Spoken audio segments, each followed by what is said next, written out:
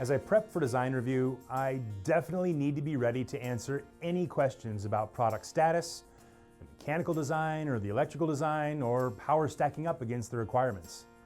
My project report from Manage gives me a quick snapshot of our latest schedule, task status, and risk analysis. We are right on time if we can achieve our aggressive fabrication, delivery, and startup timelines.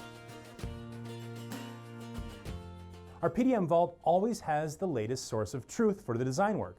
In fact, the last top-level assembly was just updated, and I immediately have access to preview or open it up.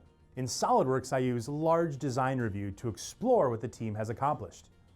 Requirement 1 asked us to integrate with minimal modification to the existing machine.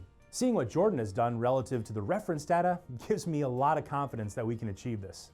We have maintained clearance with the specified keep-out areas, and we can see that JP's electrical routing is well integrated to the existing system. Andrew validated the kinematics before he went to the lab or built anything, and I see the current design reflects his optimization efforts.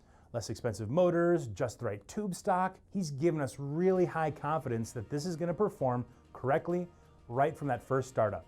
Jordan's detailed design work looks almost complete. We have continuous welds, some fasteners, safety features. Against requirement 3, I can see Andrew's static and dynamic analyses look complete and well documented. And of course, his studies are archived inside the CAD files themselves, so we can always revisit the setup, boundary conditions, whatever we need to provide our final validation. Oh, and it turns out ABCO is starting to create new value through digital deliverables. I shared with them an example of an online parts catalog we did for another job, and of course, they asked if we could make it for this client. I said, no problem.